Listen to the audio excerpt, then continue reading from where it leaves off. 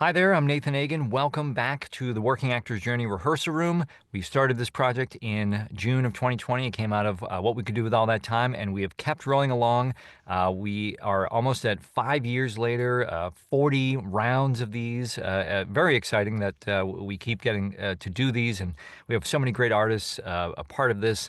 And just having this time to deeply explore just one scene over the course of a month has particularly excited just everybody involved. We've had a lot of fun. We have many sessions up on YouTube and our podcast. You can go through and check out work by Chekhov and Shaw and lots of Shakespeare, Tom Stoppard, some other playwrights in there as well.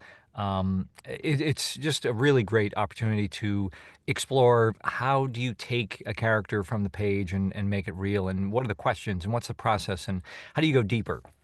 So, for those familiar with John Barton's Playing Shakespeare series, I kind of see this as a continuation of that, a springboard off of that. We are, unlike them, totally unscripted. It's a wonderful way to see the creative process, excuse me, in real time. And yes, for those who are new here, what you're going to see over the weeks is not meant to be a final performance, but rather just a continuation from week to week of the work in progress. It's just the next step of wherever everybody is. It's an opportunity for artists of different generations, different locations to get together and collaborate, learn from one another, and it to wax philosophical for a moment, I think this continues the great theatrical tradition and history of apprenticeship, where newer and younger artists, those maybe people in the room, maybe people watching, get to see up close how professionals work after 30, 40, 50 plus years. Like I said, the questions to ask and how to explore, how to communicate, how to take direction, all of the things that you will need to learn or want to learn, in the rest of your professional work. And it's one of the things I love about this is this has never been a top-down structure. There is not one person teaching or they have all the answers. It's always been just a great a level playing field that good ideas come from anyone, and people are willing to learn and just try different things. As you will also see here tonight and some of the other sessions, we can explore different casting, being more conscious to gender and age and race than theater sometimes can be. People have had an opportunity to play parts that they just assumed skipped them decades ago, and they get an opportunity to come back and say, you know what, now I get to take a crack at this. And or if you think like, geez, I've never been this type, or it's hard for me to get cast in these types of roles, this is a great place to do that. So. All that being said, I just want to wrap up very quickly. I love that we can bring together artists from all over the place. In this group, you'll hear we have people, from every corner of the U.S., from every time zone, I think at least represented, which is exciting. And as yes, we will be posting these sessions on YouTube and the podcast. Subscribe, click for notifications, and you can support the project through Patreon and get early access to the sessions there, starting at just $5 a month. Thank you to some of our patrons: Joan, Michele, Jim, Magdalen, Ivar, Claudia, Clif and Jeff. And that's it from me. If you have any questions as you're watching this on YouTube, post them below. We'll be happy to get back to you. And I want to thank all the artists, especially if they've been through this, to hear me do this spiel every time. But sometimes people are saying they've never seen one of these, and they're like, wait a second, I want to see what they do with Titus. Like, I want to know more about that play. So here you are, first time. Love that you can join us. With that, why don't we do a quick round of introductions, just so that all the artists, in case they haven't met yet, this is their opportunity to kind of get to know each other. I'll start it, and then I'll pass it off. My name is Nathan. I live in very Northern California. Actor in LA for many years, and mostly do voiceover and audiobook work for as an actor, and then running this ship here. So I'm delighted to be part of it. I will pass it over to our director, Nick, and we'll go from there. Thanks, Nathan. Hi, everyone. My name is Nick Cagle. I'm an actor from California. I've been doing this since I was a wee child. It's an honor to be here with this group of people and talk about this wild, magnificent play that we're going to talk about today. I've worked with Angie and Tony before. and Jamal as well on the Working Actors Journey. Charlotte, it's an honor to meet you. Thank you so much for being here. And Miranda, so nice to see you. Thank you all for being here. Angie, do you want to go ahead and introduce yourself? My name's Angie Bird, and Nick and I met doing Shakespeare One Acts. That's right. Right. Yeah. Uh, I don't know what to say. I, in my youth, did a lot of Shakespeare. Now there are like only about two roles left for me in the Shakespeare canon. Uh, uh, uh, this is not one of them, so I'm delighted to be here. I'll jump in. I'm Jamal Douglas. It's so wonderful to be here. I live in Los Angeles. I'm an actor, a teacher, a poet, and I just like talking a lot of stuff about philosophy and life, which is where Shakespeare comes in because when I was younger, I thought that it was bigger than me. And then as I grew and began to know myself, I began to see the mirror that's just there when you just look at the language. And I love that we're working on this piece because it's so dark. However, there's still a lot of truth, all truth in there of human nature and what we become and how we can become the very thing that we despise. And so I'm excited to be here to know nothing and to learn with the room because I believe that when you come into the room knowing nothing, the text just lifts off the page because the text just does what it does. So I'm happy to be here for that. I'll kick it to Miranda. Hi, everyone. I'm Miranda Johnson Haddad. I'm the resident dramaturg at A Noise Within Theater in Pasadena, and I do dramaturgical work at other theaters. But I come to dramaturgy via Shakespeare, and my focus always has been Shakespeare in performance because I know that we love the plays as texts, we study them, teach them as texts, but at the end of the day, they were written as scripts, and I always feel such a debt of gratitude to actors and directors and anyone in any theater space, including a Zoom room, for making making Shakespeare's plays complete, which they really aren't until they're being performed. Really happy to be here and to be working on this play, which I have never taught and I've never seen live, which is an interesting thing. Tony. Oh. Hey guys, how are you? Tony Amendola. The first play I ever did was a Shakespeare play. It was the very first thing, literally, in the dark. All is lost to prayers, all is lost. That was literally my line. And I think of it often living in LA. But just like Judi Dench's book, The Man Who Pays the Rent, Shakespeare's been very kind to me. He sort of sustained me for many, many years, when I came from the East and ended up out West at various festivals and et cetera. So I'm just happy to be here and happy to continue sort of the journey and the challenge. Let's face it, there isn't much opportunity to do Shakespeare. There really isn't. There's less than there was when I was growing up. In fact, you could earn a living doing Shakespeare when I was growing. In fact, I did for a while. Now it's much more difficult, but at the same time, I think it's the most challenging thing. I think, the old sort of adage, if you can do Shakespeare, you can do anything. I think it's very, very true. If, in fact, you encompass all of Shakespeare, which is, you take the text as a springboard and, it doesn't simply exist as a text. Anyway, thank you. And I don't know who's left. Charlotte, I believe. Charlotte, your turn. Thank you. Hi, everyone. I think I'm the only one representing the East Coast right now. Perhaps. Yes. I'm in Collingswood, New Jersey, just over the bridge from Philadelphia. That's right. We are a filthy city. I was born and raised in Canada, though, with British parents. So Shakespeare's in the blood there somewhere. I am an actor, director, writer, teacher here in the Philly area. And I'm excited to return to this play. I created a fringe piece for a company here in Philly last year called Citrus Andronicus.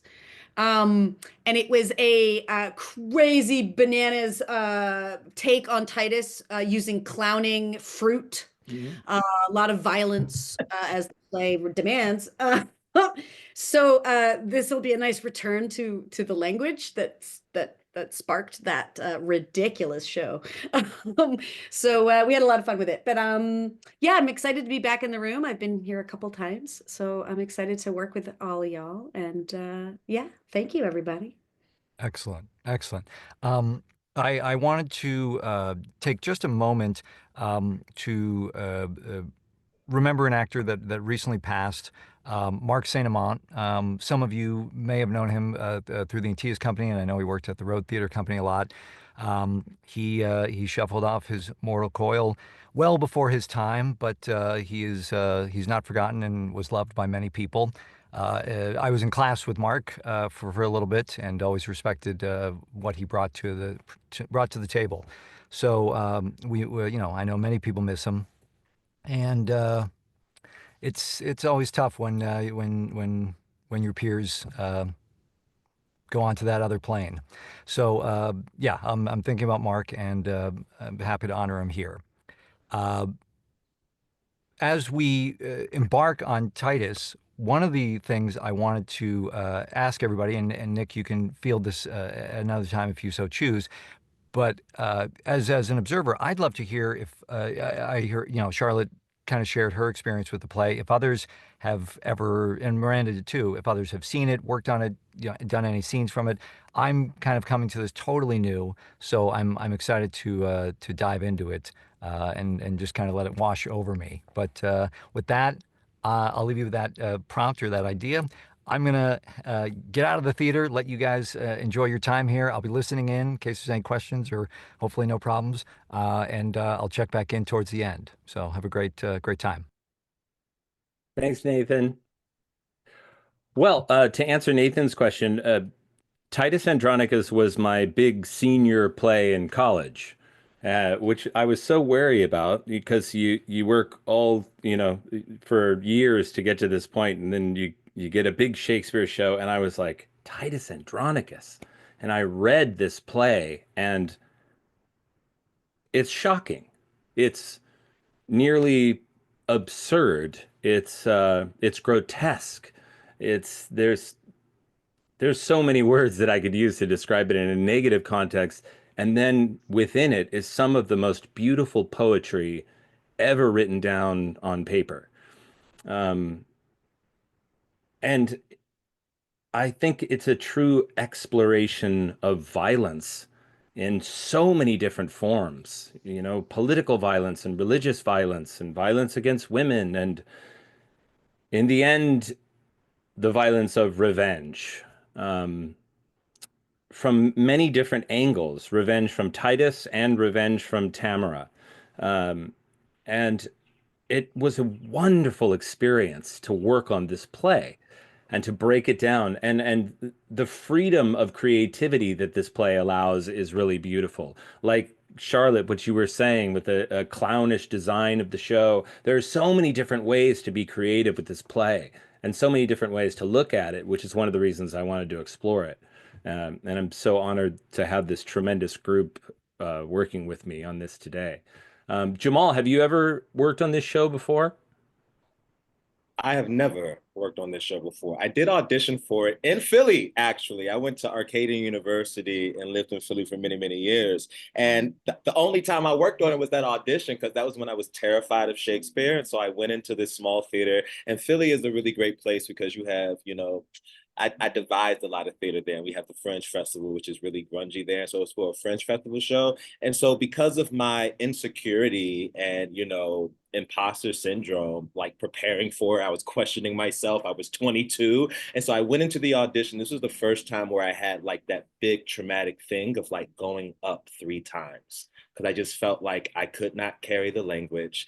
I felt on the inside, it was like a big, like spiritual moment for me. It was shattering. I felt like I was not worthy of carrying this. And there was also the trauma of like my theater training and my mind just telling me that I'm not worthy of this text. And then I went to the Old Globe for grad school. And then, here I am here in the room. And so that was my only experience. So I'm coming back to this after knowing me shaking, going up 3 times on that stage when I was 22. And I'm 36 now, turning 37 next month. And so I'm excited to come back with the knowing of being with the text and letting it bring out the emotion that lives within us. And I love the room because of the conversation where we see ourselves. And to your point, this play is tough. However, like it starts after dudes coming back from 10 years of war. And I think we live in a world where it looks like this. And I think it's easy for us to say that this is hard and grotesque, but this is what war looks like. This is what people do in war. And this is what we like to not recognize is happening every single day. And so it's not that grotesque today. And so it's interesting that I'm coming back to it after being 22 and being 36, what I know in the world we live in today.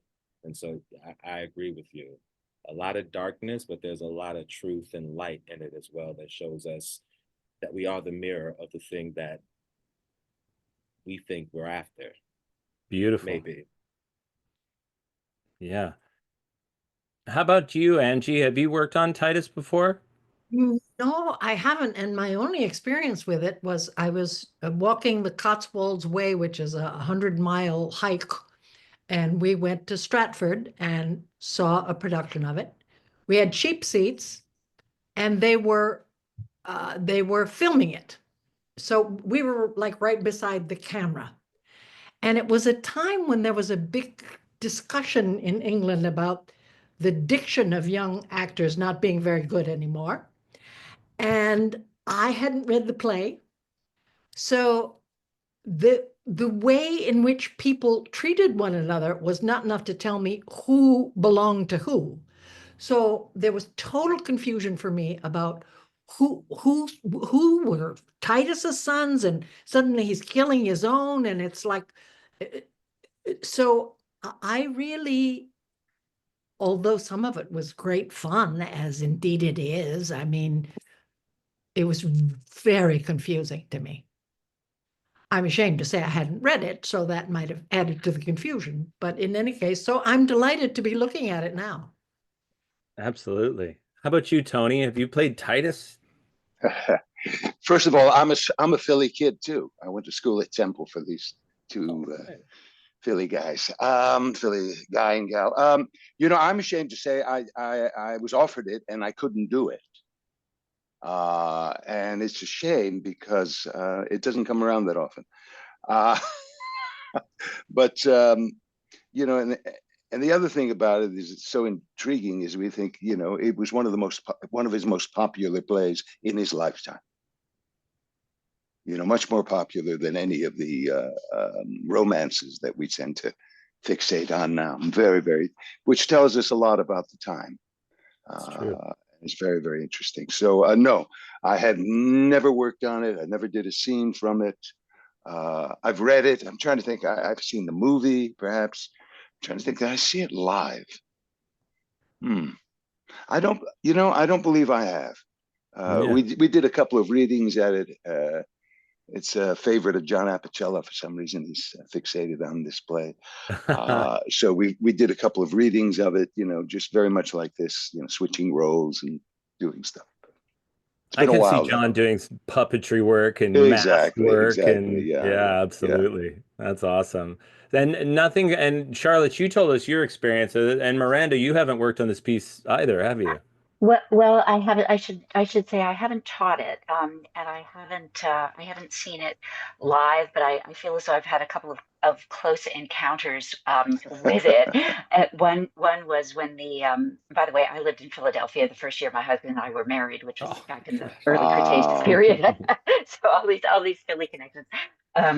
But when Julie Taymor's film came out in 1999, at the time I was doing a lot of reviewing for Shakespeare Quarterly and Shakespeare Bulletin, and I was able to do a phone interview with her. She was absolutely lovely, and just get a closer sense of sort of what she was up to. I can send that review that eventually appeared in Shakespeare Bulletin. I can send that around if people are interested. But then so there's that. But then my other close encounter was after Philadelphia, we lived in Washington, D.C., and I did a lot of work at the Folger Shakespeare Library. And the Folger is in possession of the unique quarto of Titus Andronicus. There's one quarto, and it's at the Folger. So just being able to see it was extraordinary, but also really got me thinking about, as others have pointed out, it was such a one of his best, most popular plays ever. Tony was saying, which is true, and yet there's only one quarto that has come down to us, which is unusual, I think, for plays that were published in quarto. So I don't know why that is, but I've been speculating about that. So. Oh, it's fascinating. Well, I chose 5-2, and I had a hard time. I really wanted to do the first scene of this play because there's so much action going on in the very beginning of the show, but it's a hefty scene with a lot of characters, and it's difficult to do in this particular medium. And I chose 5-2 because I thought that it was a nice scene that tells a little bit about what happens before the scene and a little bit about what's going to happen after the scene. So it gives the audience a little sense, since we can't do the whole play, it gives everybody a little sense of, the entire structure of the thing. Definitely Tamora and Titus do a lot of the heavy lifting in this scene. So we're going to rotate a little bit. We're going to explore all the different roles, and we'll switch off, and everybody will get a chance to do it, and then we'll end up with a solid reading after our 4 sessions and see where we begin and where we land in the end. And I'm really looking forward to it. Like I said, I think that this is a play about revenge, but I think that the revenge starts in the very first scene with Tamora. She's pleading with Titus not to kill her son, in a beautiful speech in the very beginning of the show. And Titus basically says, we have to, because and tell me if you agree with this, Miranda. Titus is basically saying we have to do this because it's our religion. We have to do this so Titus's sons who have died can rest in the afterlife, because they won't be able to rest in the afterlife unless Tamora's son is killed by Lucius, who is Titus's eldest son. Am I sort of right there, Miranda, in the beginning? Yes, you're absolutely right. And of course, it's such an old idea that predates Shakespeare by so much. You think back to Beowulf and the whole concept of weregild, and it's the way that idea of vengeance, and sort of compensatory vengeance, is just keeps showing up again and again and again, throughout literature, really, in religion and in non-religious literature. And why is that? Getting back to what Jamal was saying, this is, we're living with the effects of this to this day. But yes. Yeah. So Titus takes off Alarbus, and he is mutilated and burned in front of Tamora. She sends her 2 sons to do absolutely terrible things to Titus's daughter Lavinia. And just before this, where we are in 5-2, Titus has come, I would say, to the edge of madness. I'm not sure that he's gone over the edge, because he's able to plot his revenge in a way that's fairly clear-headed. So it seems like he comes just to the edge, but he's misjudged by his enemies. They think that he's completely mad. So Tamora decides that she's going to disguise herself as revenge. And she tells Titus that she will help him, that she's going to come to his aid if he invites Lucius, his warlike son, to a feast. Revenge says she'll bring Tamora and Saturninus.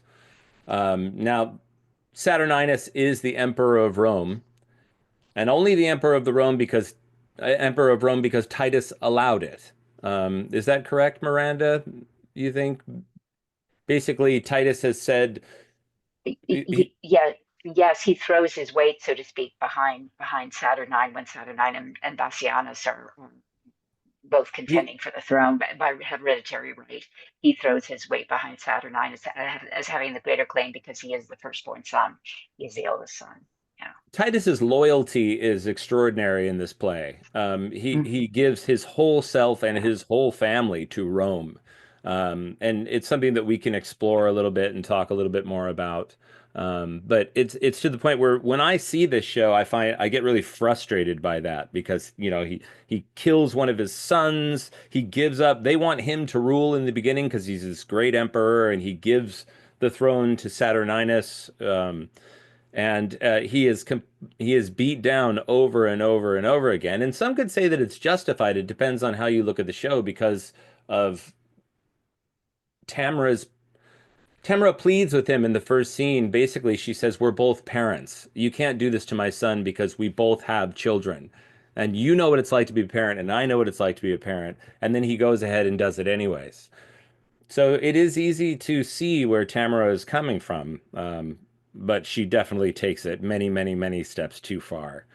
I thought we'd go ahead and take it section by section and read it through. And we'll switch off characters a little bit if that's okay. Can we just start out the very first section and read to line 20 with Tamora and Titus? If you don't mind, can we have Angie read Tamora and Tony read Titus just for this first little section, and then we'll switch off and have Jamal and Charlotte jump in the next section. Where is the end? Where is 20? Where does that end? It ends on Tamora's line, "If thou didst know me, thou wouldst talk with me." Okay. Okay. Before we start, can I just say, obviously, Titus is above in the inner above, and I am below, looking up at him. I mean, obviously, everything indicates that that has to be the staging, correct? Absolutely. Okay. Absolutely. Thus, in this strange and sad habiliment, I will encounter with Andronicus and say I am revenge, sent from below to join with him and right his heinous wrongs. Knock at his study, where they say he keeps to ruminate strange plots of dire revenge. Tell him revenge is come to join with him and work confusion on his enemies. Who doth molest my contemplation? Is it your trick to make me ope the door, that so my sad decrees may fly away, and all my study be to no effect? You are deceived for what I mean to do. See, here, in bloody lines I have set down, and what is written shall be executed. Titus, I am come to talk with thee. No, not a word. How can I grace my talk, wanting a hand to give it action? Thou hast the odds of me, therefore no more. If thou didst know me, thou wouldst talk with me. Thank you. Excellent. So pretty straightforward. This is her entering this strange and sad. What exactly, Miranda, what is a habiliment? A costume, a way of dressing, the clothing. The clothing, okay. Which is one of those cues or clues really that Shakespeare gives us that she's attired some odd way. Yes, and sad doesn't mean sad as opposed to happy. It means odd, weird, dark. Yeah. Yeah. Probably means black. Yes. Probably means black. You know, dark, yeah. So many design possibilities with this show. I always love to imagine the costumes and what she looks like dressed as Revenge, what her idea of what Revenge would be wearing in this fabulous. You know, there's so many problems with that in terms of so many, when I say problems, so many questions. It's almost become a director's play. Absolutely. Because, you know, how you choose to do the violence. Do you use blood, or do you use the usual, you know, do you go to the Japanese theater sort of notion of fabric and so it's very, very much a director's piece in the way that some aren't, that can survive without a director. Many of them, well, there weren't directors. Right. So I really would have liked, Julie Taymor did a stage production of this before the film, and I would have loved to have seen that. Man, what she did with costumes, I bet.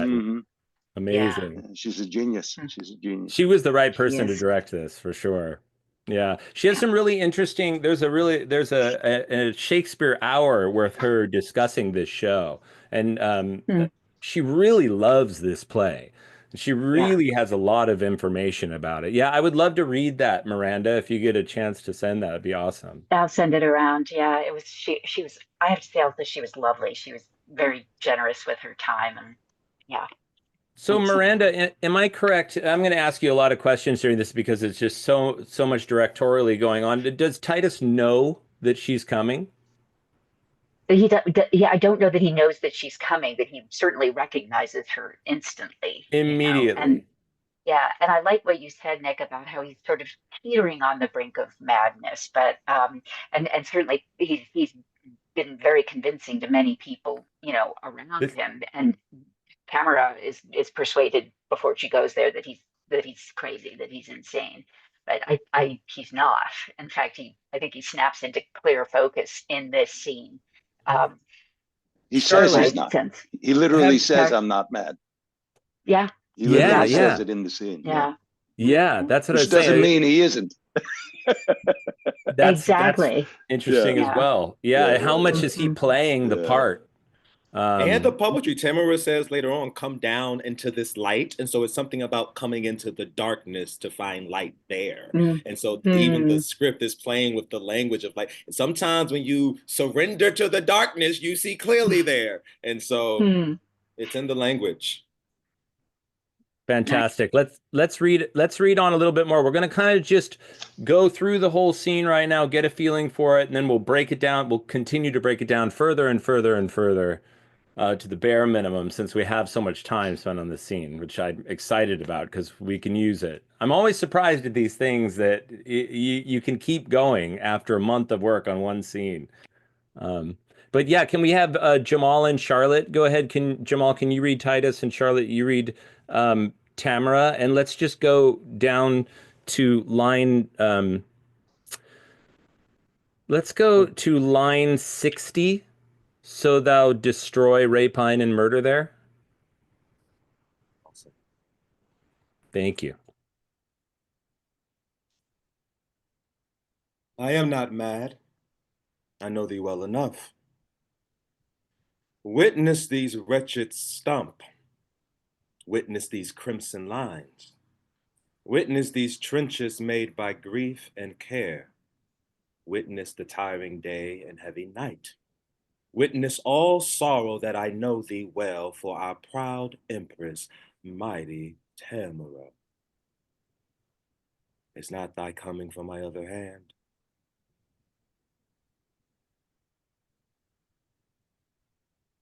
No, thou sad man, I am not Tamora. She is thy enemy, and I thy friend. I am Revenge, sent from the infernal kingdom to ease the gnawing vulture of thy mind by working wreakful vengeance on thy foes. Come down and welcome me to this world's light. Confer with me of murder and of death. There's not a hollow cave or lurking place, no vast obscurity or misty veil where bloody murder or detested rape can couch for fear. But I will find them out, and in their ears tell them my dreadful name, Revenge, which makes the foul offender quake. Art thou Revenge? And art thou sent to me to be a torment to mine enemies? I am. Therefore, come down and welcome me. Do me some service ere I come to thee. Lo, by thy side where rape and murder stands, now give some assurance to thou art Revenge. Stab them, or tear them on my chariot, or tear them on thy chariot wheels, and then I'll come and be thy wagoner, and whirl along with thee about the globe, provide thee 2 proper palfreys, black as jet, to hale thy vengeful wagon swift away, and find out murderers in their guilty caves. And when thy car is loaden with their heads, I will dismount, and by thy wagon wheel trot like a servile footman all day long, even from Hyperion's rising in the east until his very downfall in the sea. And day by day I'll do this heavy task, so thou destroy rapine and murder there. Excellent. Thank you, guys. It's interesting that Titus immediately decides to play along. I really like, Charlotte, how you relished in the Tamora relished in the character of revenge a little bit there. I think it's in the language, and I think you really, I love that direction they went. And I feel that that choice helps Titus say, oh, okay, art thou revenge? And art thou sent? It's interesting. That shows his wit, though. There's something that proves right there that he's centered and not lost in madness. It's Because so interesting. Go ahead. Go ahead, please, please. I was gonna say it's so interesting too, because it's this moment where what's coming to my mind is like when you feel like you're going crazy and then you start noticing people looking at you crazy and then you start questioning, like, wait, hold on. Well, no, no, no, no, no. And so it's almost like the fact that you think I am and I am. I'm a play. Cool. It's like we all. It's like when you start to, and it always happens. It's a psychological thing. Actually, it's scientific in a sense. It's like he sees the crazy in him in the mirror. They're both crazy. They're both mad. And so, like, when he says, I'm not mad, oh, you revenge? Okay, let's be revenge then. Let's do it. Let's do it, you know? And so that's what I feel is the nuance of it. I don't know if he's stable. Maybe he has lost it. I think it can be kind of like a balance, a space in between, being stable and losing it. I actually don't think we're supposed to recognize the difference. And he takes it. Oh, sorry, go ahead, Charlotte, please. I wonder if, just to go out left field, if he's incredibly sane in this moment and he sees her enjoying the cat and mouse that she's about to start. And so if revenge is the thing that the two of them are basically fueled on, and it seems like that everything else has fallen away, that when he sees her enjoying something and it's like, oh, we're gonna do this, okay, I'll play with you too. And because if he plays along, gets her to trust him in this moment, then he can absolutely turn around and get her when he gets her out of there and the sons are left alone and he can kill them. And So he even takes it a step further by messing with her. yes. It's like that's not just playing along, that's taking ownership of the thing. Okay, oh good. Well, show me that you're revenge and kill those two kids next to you. Yeah, and he takes it even further, stab them or tie them to a chariot wheel. Right. And it's doubly bananagrams if they've just showed up on his doorstep and he didn't know this was happening. And it's like he immediately jumps on. It's like, oh, what a gift, what a gift. I'm gonna play. Let's go. Tony, do you have something? You look like you were. No, I'm just listening. No, I'm just listening. Angie, what do you think? Any input on that section? I think it will be interesting to find out how he plays mad, because if he isn't convincing, then Tamora is just a fool and we have no scene. So I mean, are there ways in which in the time madness would have manifested itself that are particular? It's a question. But if he isn't manifestly crazy seeming, then Tamora is foolish. So that's very interesting. Yeah, I think it's a tricky moment. Yeah, there's something about madness in major characters. I think they say the truth when they're mad. Lear actually speaks more truth when he's mad with Gloucester about the society than he does in any other part of the play. Why?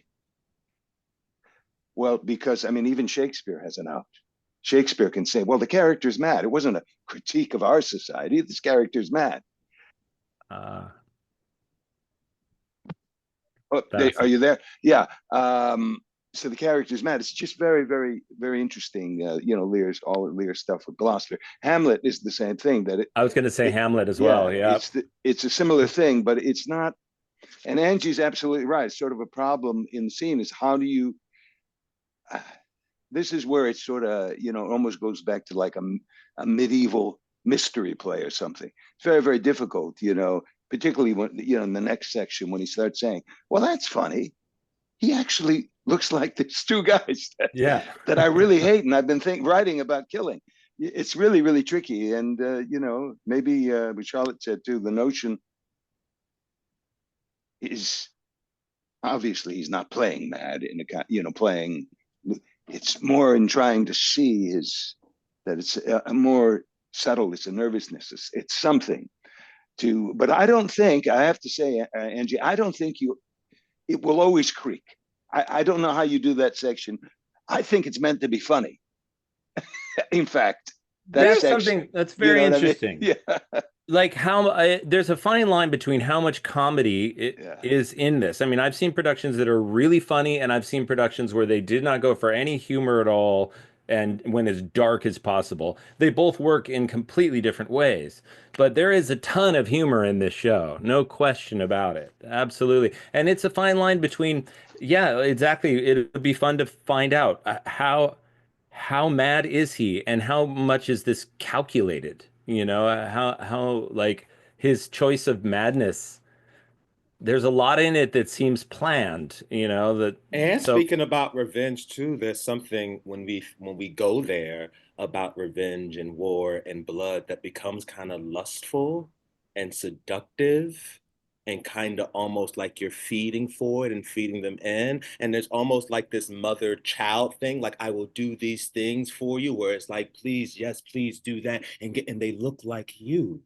Right. And it's almost like these things are just coming up in my body when we think about beings who exist in the world of blood.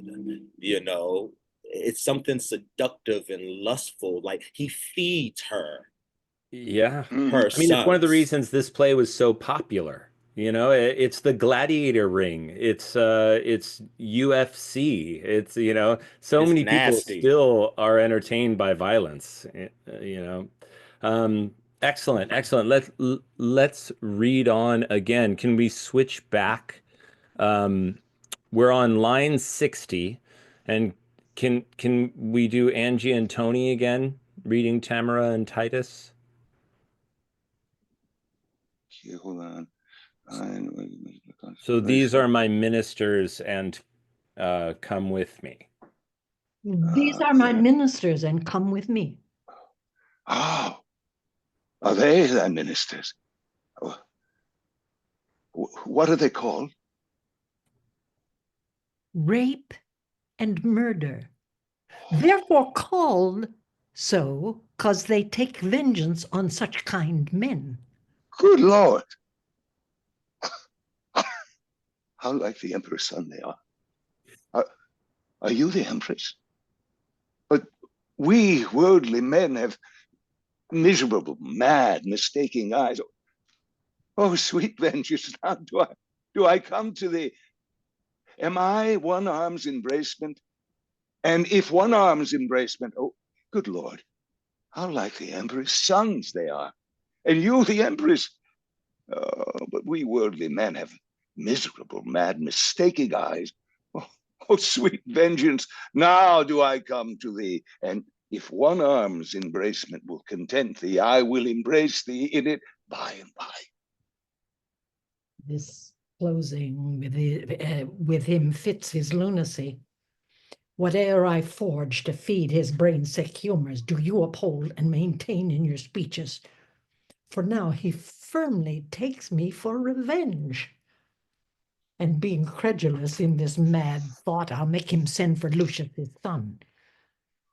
And whilst I at a banquet hold him sure, I'll find some cunning practice out of hand to scatter and dispense the giddy Goths, or at least make them his enemies. See, here he comes. I must ply my trade, my theme. Long have I been forlorn and all for thee. Welcome, dread fury, to my woeful house. Rapine and murder, you are welcome too. How like the Empress and her sons you are. Well, are you fitted? Had you but a Moor, could not all hell afford you such a devil? For well I wot the Empress never wags, but in her company there is a Moor. And would you represent our queen aright, it were convenient you had such a devil. But welcome as you are, what shall we do? What wouldst thou have us do, Andronicus? All right, let's stop there and talk about that for a minute. Very interesting. I had to turn my microphone off though, Tony, because I was laughing. Oh, good. Okay. So we made that. Funny. We went up that road because it's funny. It really is. I don't understand how the audience wouldn't laugh. When he recognizes the kids. Yeah. It's hilarious, the section. But like Angie was saying, he's doing a good job because she completely believes, she thinks that he firmly takes her for revenge. Mm-hmm. So he is playing the part well. What do you think, Charlotte? Do you have anything to add to this? I mean,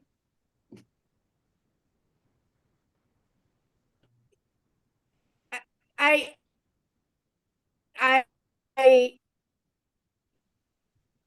I wonder, like, yeah, he's with mad people, right? Where we sort of condescend.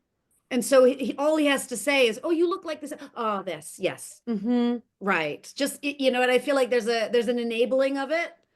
So I think that helps the trajectory.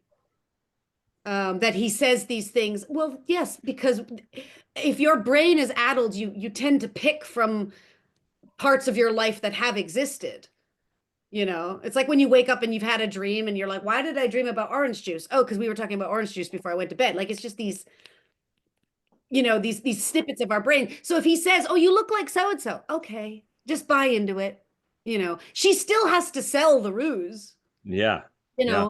And they're actually just selling to each other. It's just like, who's gonna win? Who's gonna sell it the best? And I get the sense, and I got the sense from your reading, Tony, that you can feel that underlining anger within him, that desire to just attack them. I've always had a sense of that during this scene, that he knows exactly who they are. He knows exactly why they're here. Yeah. But yeah. I don't know. What do you think? No, I think so. And I think that the trick for the Titus is, because I think that has to be there. There's a boiling, because that's where he is. That's why they arrive, because he's got an itch he can't scratch. There's a real need for that. I think probably the interesting thing is, the trick is to somehow convince them that it's about these other people. So it's still expressed, but it's about these other people, not you guys. Which is why he brings up the Moor. Yeah. It's about these other people. And, maybe that can let out some of that, direct steam that, I don't know. I'm just juggling. Yeah, no. And just before this scene, we have seen a scene between Lucius and Aaron, where Aaron has a speech where he talks about all of the terrible things that he has done. So in the audience's mind, that's still fresh when he brings up, all the trouble that Aaron has caused, essentially. Did you notice anything in there, Jamal, that you wanted to throw down? You know, I got some things I do want to throw down. I Yeah, always, yeah. you know, I was born in Baltimore and I was raised in Southeast DC and PG County, Maryland. So I always go back home to the hood when I think about these dynamics of like, I'm gonna get you, right? And it's like one of these things where it gets down this deep. It's like, oh, you gonna come and play? Okay, I'm gonna play too. If it's gonna go down here, cool. If we get to make it go down at dinner, cool. Wherever it's gonna happen, it's gonna happen. What you gonna do? Revenge? Rape? Murder? Oh, wow. Right? And so I feel like, I don't know, just physically and viscerally looking at the language and trying to find out where they are, I feel like it's the fifth act. You know, and so I feel like this is real scrappy. We get to other scenes, but like if it went down, if Shakespeare got tired, it could have gone down. As soon as it came downstairs, it could go down. Anything can happen. So I like riding that edge of madness because Absolutely. they since the first scene, they've been at the edge of anything can happen. And I think that's the temperature. It is funny, but then it gets real dangerous and bloody, you know, real quick. It gets real funny, and then it's like, oh, is it? You know, but like either way, none of these people are letting anybody go anywhere. It's going down. And so I feel that temperature in the scene. That's why I say I think Absolutely. it's in the space of in between, sliding up and down and ha ha ha. Because that's when it really gets scary, when the person that's about to kill you laughs at you and smiles. And they're both smiling right now. And that's how dangerous it is, because nobody has anything to lose. And so all the emotion comes in those moments. As you're bleeding to death, you might laugh at the moon. And so that's the danger and the laughter and the all of the all of the all of the all that I think also is spoken about in this scene in the sign too. I love that. Absolutely. Can we continue on with the same cast? Charlotte and Jamal, would you guys mind for this round reading Chiron and Demetrius? Charlotte read Demetrius and Jamal read Chiron, and I'll read Marcus's one line. You could forgive me for that. Can we go from where Titus enters and then go all the way to Tamora's exit this time? Just read that section through once. And we all get to be in it. How exciting. So I first come in? Yeah, from Long Have I Forlorn Okay. and All for Thee, please. Thank you. 1 second.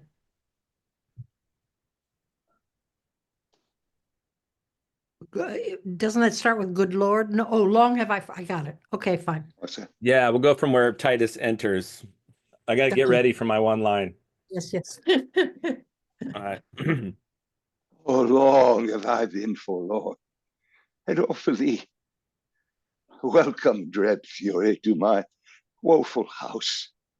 Rapine and murder, you are welcome too.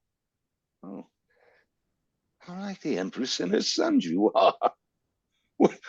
Well are you fitted, but had you but a more, could not all hell afford you, but well are you fitted, had you but a more, could not all hell afford you such a devil?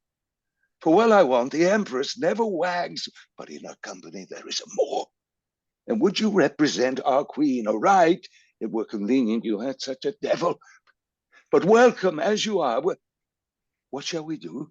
What wouldst thou have us do, Andronicus? Show me that's you.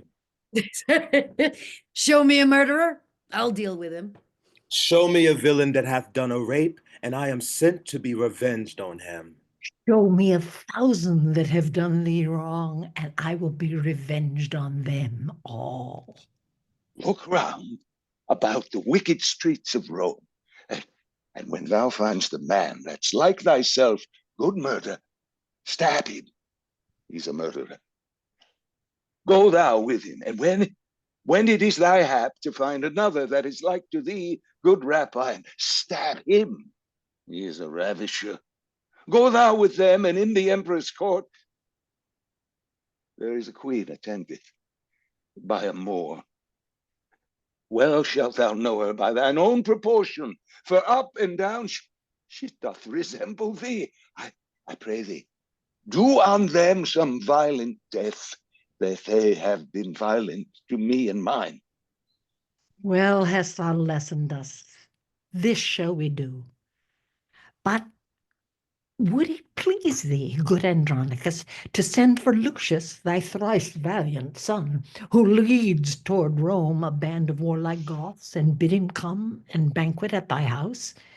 When he is here, even at thy solemn feast, I will bring in the empress and her sons, the emperor himself, and all thy foes.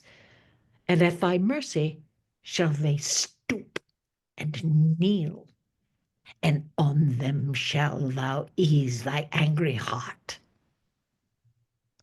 What says Andronicus to this device? Marcus, my brother, 'tis sad Titus calls.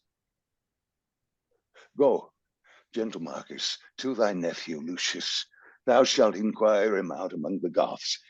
Bid him repair to me and bring with him some of the chiefest princes of the Goths. Bid him encamp his soldiers where they are. Tell him the emperor and the empress too feast at my house, and he shall feast with them. This do thou for my love, and so let him, as he regards his aged father, this do thou for my love, and so let him, as he regards his aged father's life. This will I do, and soon return again. Now will I hence about thy business, and take my ministers along with me. No, nay, let rape and murder stay with me, or else I'll call my brother back, and cleave to no revenge but Lucius. Yeah, well, what say you, boys? Will you abide with him whilst I go tell my lord the emperor how I have governed our determined jest? Yield to his humor smooth, and speak him fair, and tarry with him till I turn again? I know them all, and though they suppose me mad, and will all reach them, I know them all, though they suppose me mad, and will all reach them in their own devices, a pair of cursed hellhounds and their dam. Madam, depart at pleasure. Leave us here. Farewell, Andronicus. Revenge now comes to lay a complot to betray thy foes. I know thou dost, and sweet revenge, farewell. Excellent. Thank you guys so much. It's interesting that Shakespeare chose to put that aside in there, where Titus turns to the audience and says, I know them. I'm not crazy. Don't worry about it. But there is a sense, Jamal, of what you were talking about. Watching it as an audience, it's really exciting because you have no idea if somebody's going to jump on somebody else and just start hacking away at any point. It's almost like the moment before a shootout in an old Western. You know, there's that beautiful tension that's happening. Is there anything that you guys noticed during that read that you wanted to talk about?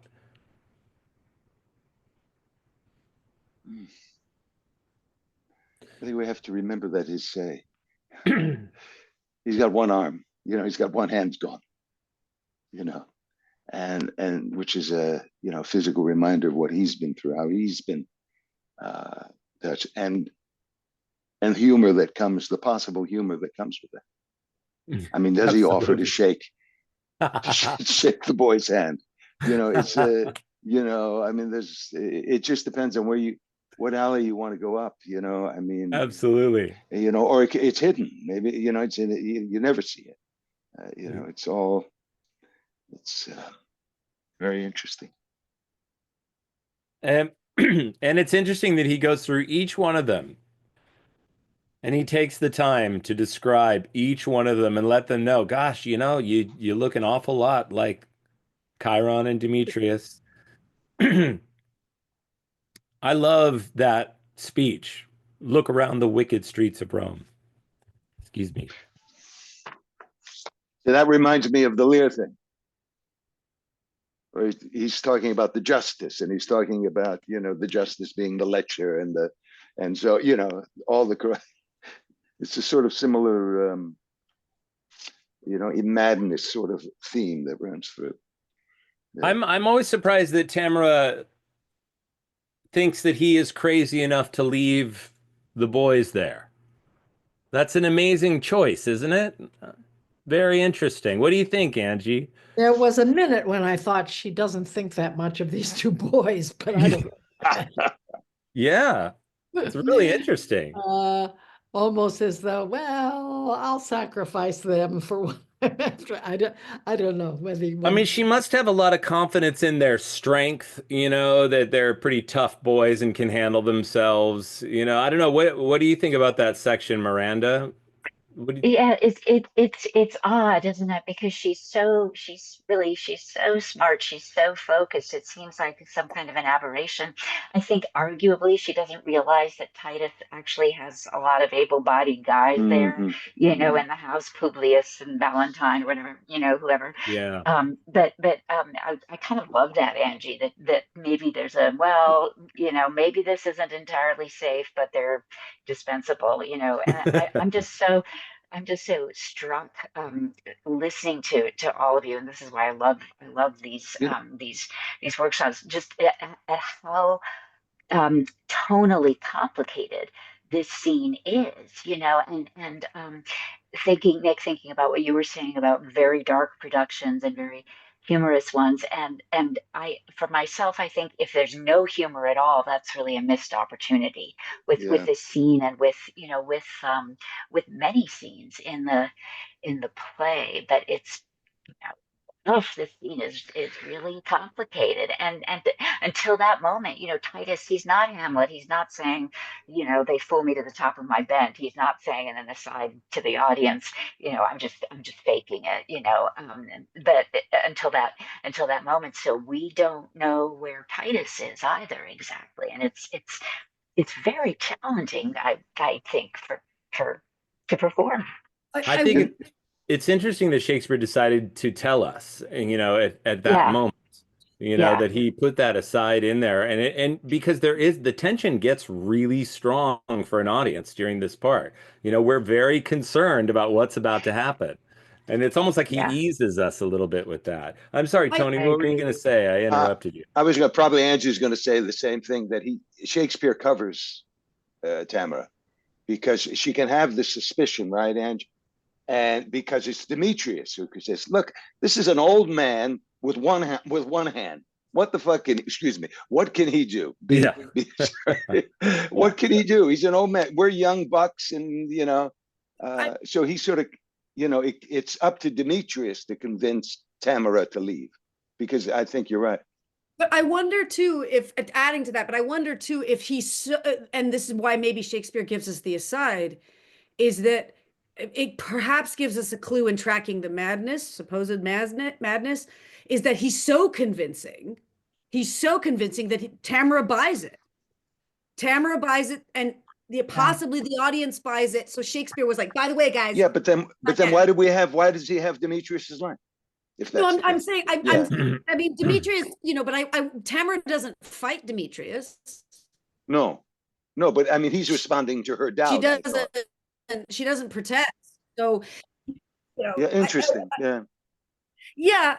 I mean, I wonder that just to crest that hill, that he's a weak old man. We don't know who else is in the house, and he plays it so well.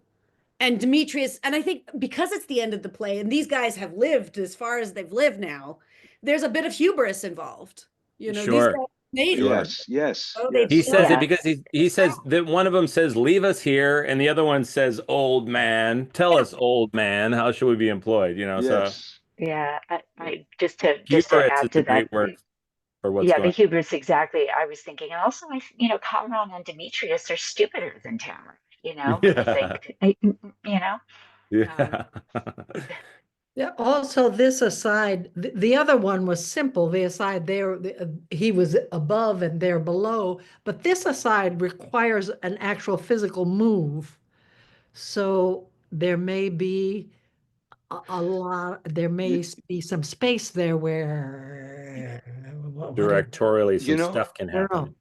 I mean, if I were doing this text and I were directing it, I would pull that aside out, have Demetrius deal with Tamora's doubt or whatever it is, whatever the hubris of the boys, and put the other one in as Tamora is exiting.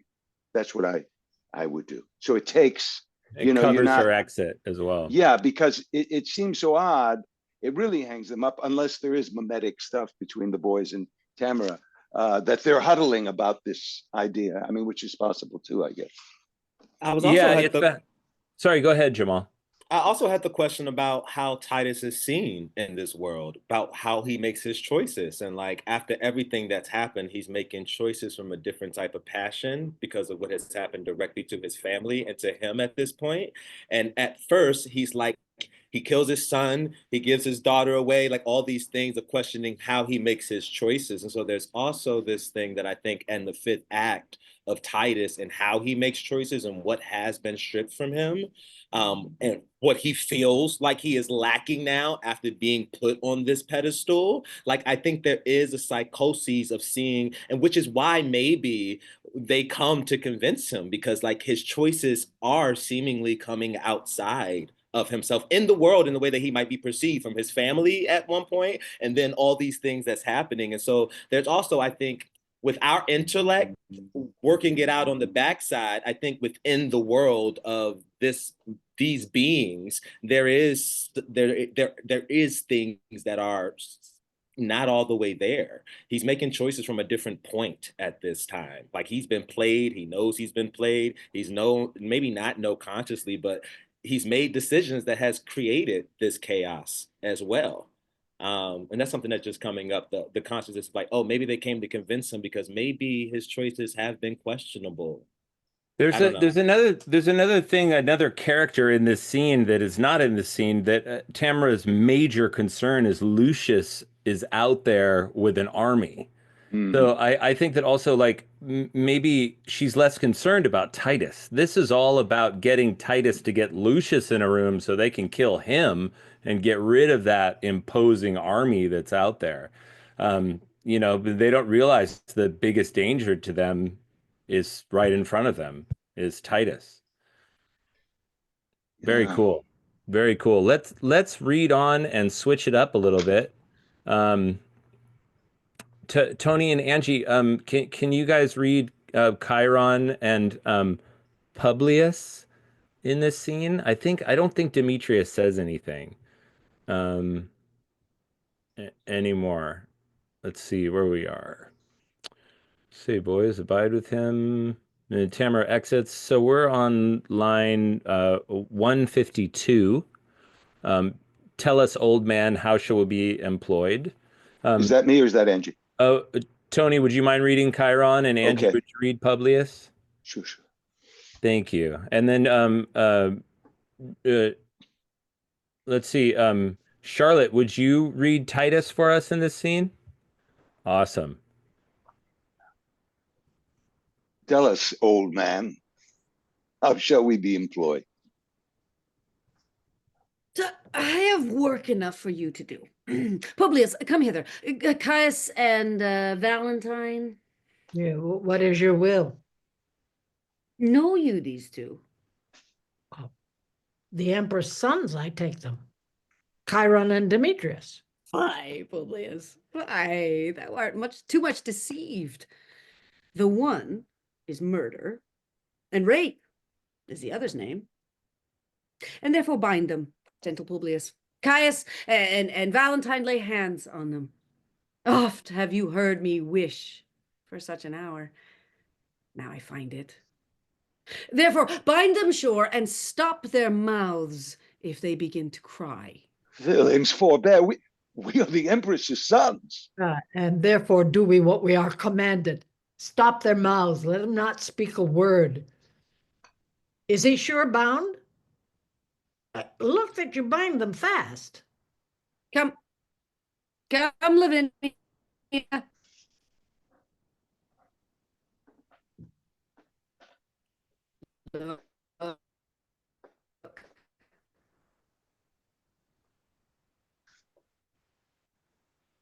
I think we lost you for a second, Charlotte. Could you start that speech over for us? There's mouths I utter. No. Yeah, you cut out on us just for a minute. Do you want to try and go from come Lavinia one more time? Thanks so much. Come, come, Lavinia. Look, thy foes are bound. Sirs, stop their mouths. Let them not speak to me, but let them hear what fearful words I utter. Oh, villains, Chiron and Demetrius. Here stands the spring whom you have stained with mud, this goodly summer with your winter mixed. You killed her husband, and for that vile fault, 2 of her brothers were condemned to death. My hand cut off, and made a merry jest. Both her sweet hands, her tongue, and that more dear than hands or tongue, her spotless chastity. Inhuman traitors, you constrained and forced. What would you say if I should let you speak? Villains, for shame you could not beg for grace. Hark, wretches, I mean to martyr you. This one hand left is left to cut your throats, whiles that Lavinia tween her stumps doth hold the basin that receives your guilty blood. And thinks me mad. Hark, villains, I will grind your bones to dust, and with your blood and it I'll make a paste, and of the paste a coffin I will rear, and make 2 pasties of your shameful heads, and bid that strumpet, your unhallowed dam, like to the earth, swallow her own increase. This is the feast that I have bid her to, and this the banquet she shall surfeit on. For worse than Philomel, you used my daughter. And worse than Procene, I don't know that one. I will be revenged. And now, prepare your throats. Lavinia, come. Receive the blood. And when that they are dead, let me go grind their bones to powder small, and with this hateful liquor temper it, and in that paste let their vile heads be baked. Come, come, be everyone officious to make this banquet, which I wish may prove more stern and bloody than the centaur's feast. So, now bring them in, for I'll play the cook, and see them ready against their mother comes. Whoa. That is the speech that we've been waiting for while watching this show. There's always a finally. Finally. It's very beautiful and very clear, though. I don't know. How did it feel for you, Charlotte?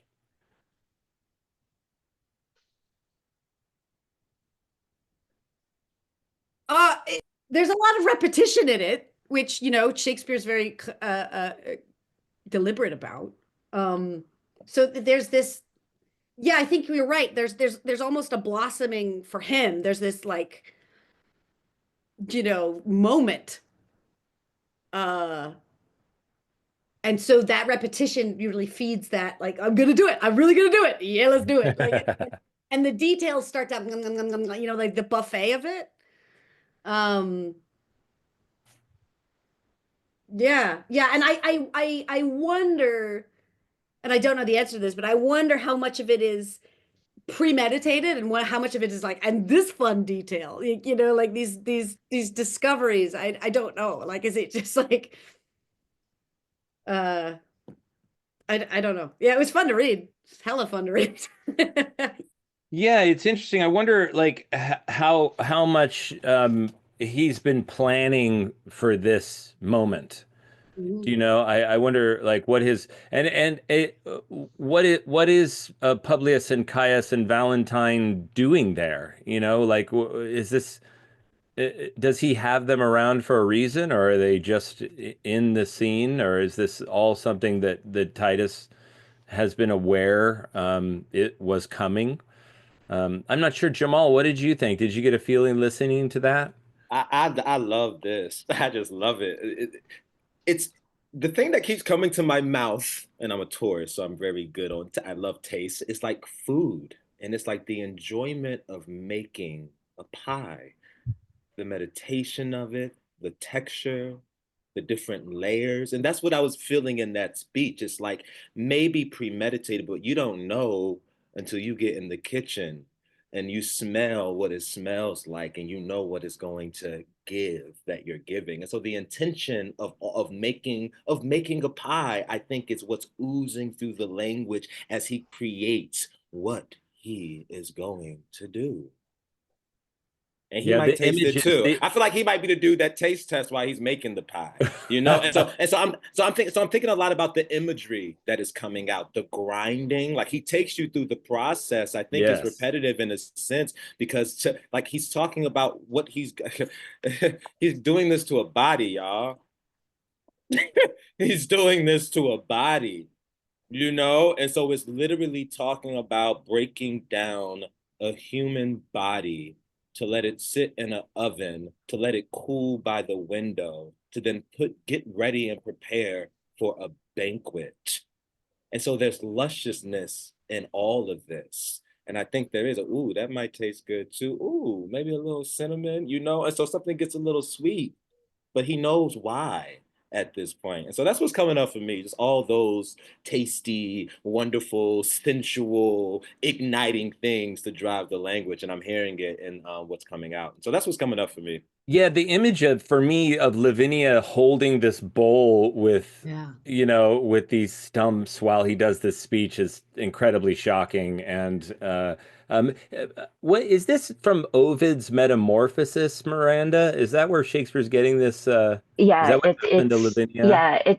it's a story of Philomel and Procne, and Procne's husband falls in lust with Philomel and rapes her and cuts out her tongue, and together the sisters plot a horrible revenge. And of course, then it's preceded by what is one of my favorite scenes in Shakespeare, when Lavinia is chasing after her nephew, young Lucius, who's got Ovid's Metamorphoses there, and you know, why is my aunt following me? And Marcus says, you know, do not fear thine aunt, you know, Lavinia, what's going on? And she you know, tries with her stumps to find the page with the story of Philomel and Procne, and then is able to, you know, to explain that this is what happened to her.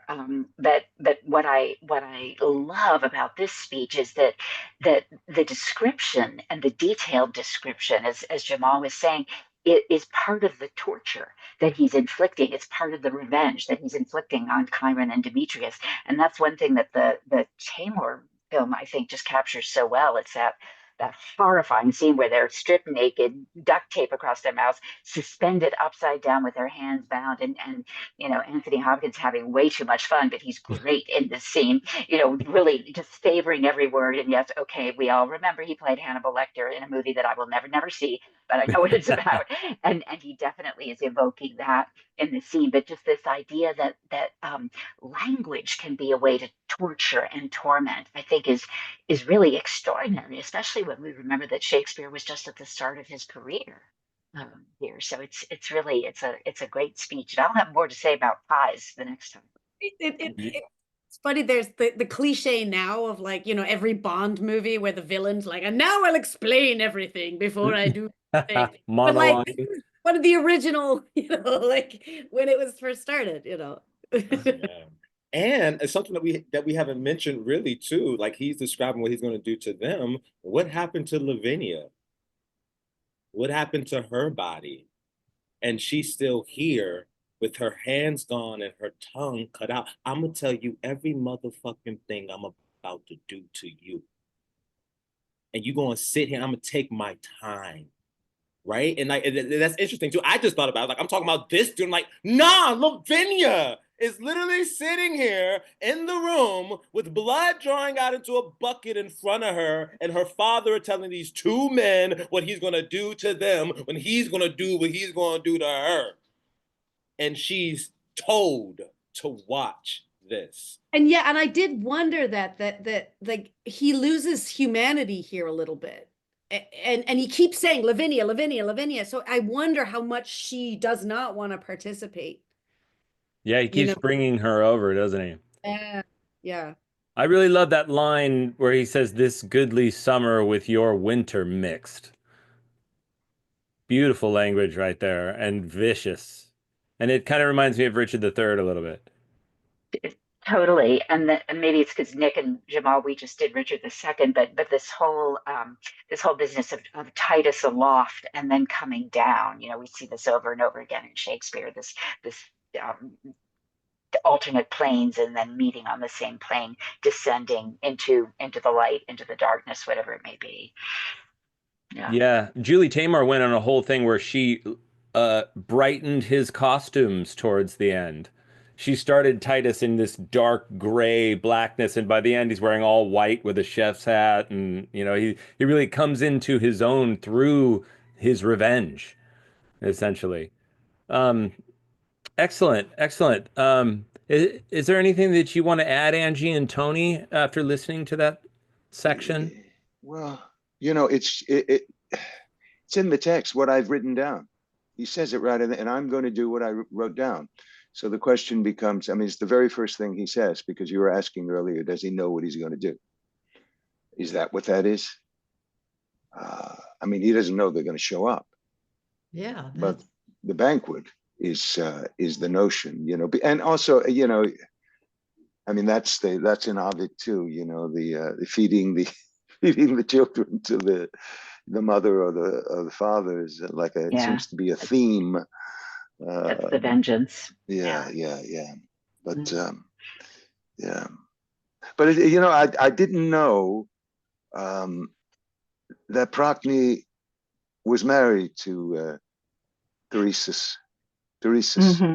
That it was actually, and I didn't realize that she was taking revenge on the ravisher of her sister and her husband. It was very interesting to me. I never knew that. Yeah. And there's the themes of female solidarity, and of course, I was thinking earlier about the way these arguments keep getting repeated. Angie, I think you were saying that Tamora initially appeals to Titus as a fellow parent, spare my child, and he's immovable. Lavinia will then appeal to Tamora as a woman and tell stop your sons from doing this, woman to woman, and she's not persuaded. So just these arguments just keep getting played out, and they keep not working. It's interesting because we're leaving out, there was Lucius who pleaded that this has to happen. Yes. It was Lucius who said, no, Father, you can't let our brother won't be able to go to heaven or whatever, wherever he's talking about it. Yeah, that's true. Yeah, that's true. So it wasn't all Titus. It's, it's one of those decisions in war. And it's sort of, I don't know, there's something about Titus that reminds me of Colin Powell. Absolutely. In terms of the duty. Do you think Colin Powell didn't know that there wasn't sufficient evidence about Iraq? I don't. Of course he knew. He knew. And he took, because that's what military people do.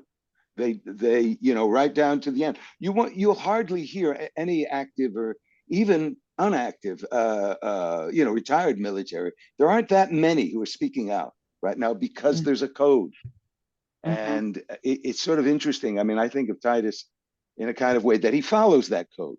Yeah, these are the rules of Rome. And yes, I could have been the emperor, but we don't do it that way. We do it this way. And then all of a sudden, when he's pleading for something, they turn their back on him. So not only is he violated by the foreigners in the play, if you will, he's also betrayed by the very thing he's lived for. And it's very Coriolanus-like, in terms of coming back to Rome, with Lucius with the army. He's sort of, now tell me if I'm wrong. This is after, this is late Rome, before the fall, right? Before, it's not early Rome, it's before, it's just before it all collapses. Yeah. Yes. Yeah. It's interesting. Yeah. Just the decadence of the empire when it's on the brink of collapse. Yeah. Which is so, I mean, we see that right on through the Hunger Games. Yeah.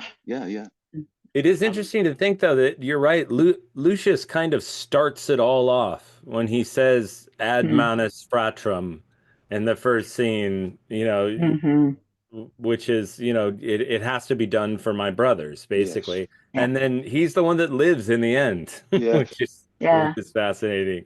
It also seems to me that these are people that are seemingly concerned about their children, but only as their children reflect on them. They seem to have no care for these children as individuals. They are only as they are part of my heritage or whatever, because they treat them like pawns. Yeah. There's something very Bushido about this play too. Very what? Sort of Bushido, the samurai code thing. Yeah. You dishonored me. Here, take this sword, go in the corner, and in front of us all, just gut yourself. Yeah. Yeah. Including in Titus's insistence that it's horrible for Lavinia to have her hands chopped off and her tongue cut out, but the worst thing was the violation of her chastity, which is just such a, I mean, we see that in so many oppressive patriarchal societies that a woman is raped and it's considered a dishonor to her father, to her brothers, whoever, and she's killed, which is always depressing to see. Yeah. Fascinating. Well, let's read it again, and let's give Jamal a chance at Titus this time. Let's go through. Let's see. We'll just go through the first half of it. I think. Can we go to? Well, let's see. Let's go a little further than that. Let's just read down to Tamora's exit.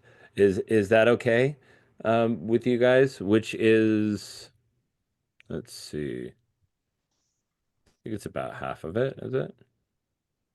Yeah, line 151. And we have Chiron and Demetrius. So let's do Angie, can you read Tamora in this? And Jamal, you read Titus. Tony, you read Demetrius. And Charlotte, you read Chiron just for this one. And then we'll switch it up in the second half. Thank you, guys. Yep. Thus, in this strange and sad habiliment, I will encounter with Andronicus, and say I am revenge sent from below to join him and right his heinous wrongs. Knock at his study, where they say he keeps to ruminate strange plots of dire revenge. Tell him revenge is come to join with him and work confusion on his enemies. Who doth molest my contemplation? Is it your trick to make me ope the door, that so my sad decrees may fly away and all my study be to no effect? You are deceived, for what I mean to do, see here in bloody lines I have set down, and what is written shall be executed. Titus, I come to talk with thee. No, not a word. How can I grace my talk wanting a hand to give it action? Thou hast the odds of me, therefore no more. If thou didst know me, thou wouldst talk with me. I am not mad. I know thee well enough. Witness this wretched stump. Witness these crimson lines. Witness these trenches made of grief and care. Witness the tiring day and heavy night. Witness all sorrow that I know thee well for our proud empress, mighty Tamora. Is not thy coming for my other hand? Know thou, sad man, I am not the Tamora. She is thy enemy, and I thy friend. I am revenge, sent from the sent from the infernal kingdom to ease the gnawing vulture of thy mind by working wreckful vengeance on thy foes. Come down and welcome me to this world of light. Confer with me of murder and death. There's not a hollow cave or lurking place, no vast obscurity or misty veil where bloody murder or detested rape can couch for fear, but I will find them out. And in their ears tell them my dreadful name, Revenge, which makes the foul offender quake. Art thou revenge? And art thou sent to me to be a torment to mine enemies? Therefore come down and welcome me. Do me some service ere I come to thee. Lo, by thy side where rape and murder stands, now give some assurance to thou art revenge. Stab them, or tear them on thy chariot's wheels, and then I'll come and be thy wagoner, and whirl along with them about the globe, provide thee two proper palfreys, black as jet, to hale thy vengeful wagon swift away, and find out murderers in their guilty caves. And when thy car is loaden with their heads, I will dismount and by the wagon wheel trot like a serval footman all day long, even from Hyperion's rising in the east until his very downfall in the sea. And day by day I'll do this heavy task. So thou destroy rapine and murder there. These are my ministers, and come with me. Are they your ministers? What are they called? Rape and murder. Therefore called, so cause they take vengeance on such like men. Lord, how like the Empress' sons they are! And you the Empress! But we worldly men have miserable, mad, mistakenly eyes. Oh, sweet revenge, now do I come to thee. And if one arm's embracement will content thee, I will embrace thee in it by and by. This closing with him fits his lunacy. Look, whate'er I forge to feed his brain-sick humors, do you uphold and maintain in your speeches. For now he firmly takes me for revenge. And being credulous in this mad thought, I'll make him send for Lucius his son. And whilst I at a banquet hold him sure, I'll find some cunning practice out of hand to scatter and disperse the giddy Goths, or at the least make them his enemies. See, here he comes, I must ply my theme. Long have I been forlorn, and all for thee. Welcome, dread fury, to my woeful house. Rapine and murder, you are welcome too. How like the Empress and her sons you are! Well, are you fitted? Had you but a more. Could not all hell afford you such a devil? For well I wot the Empress never wags, but in her company there is a more. And would you represent our queen aright? Were convenient you had such a devil, but welcome as you are. What shall we do? What wouldst thou have us do, Andronicus? Show me a murderer. I'll deal with him. Show me a villain that has done a rape, and I am sent to be revenged on him. Show me 1,000 that hath done thee wrong, and I will be revenged on them all. Look round about the wicked streets of Rome. And when thou find'st a man that like thyself, good murder, stab him. he's a murderer. Go thou with him, and when it is thy hap to find another that is like to thee, go thou with him, and when it is thy hap to find another that is like to thee, good weapon, stab him. He is a ravisher.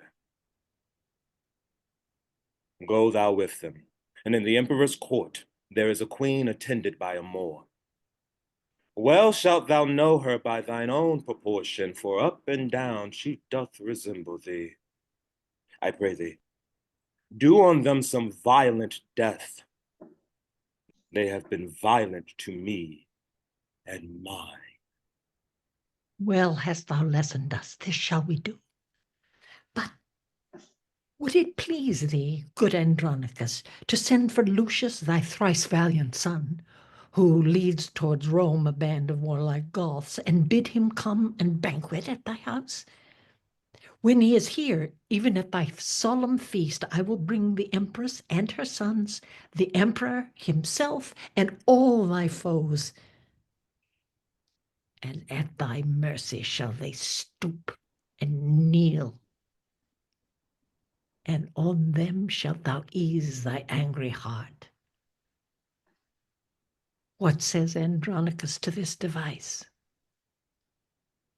Marcus, my brother, 'tis sad Titus calls. Go, gentle Marcus, to thy nephew Lucius. Thou shalt inquire him out among the Goths. Bid him repair to me and bring with him some of the chiefest princes of the Goths. Bid him encamp his soldiers where they are. Tell him the emperor and the empress too feast at my house, and he shall feast with them. This do thou for my love, and so let him, as he regards his aged father's life. This will I do, and soon return again. Now will I hence about thy business, and take my ministers along with me. Nay, nay, let rape and murder stay with me, or else I'll call my brother back again and cleave to no revenge but Lucius.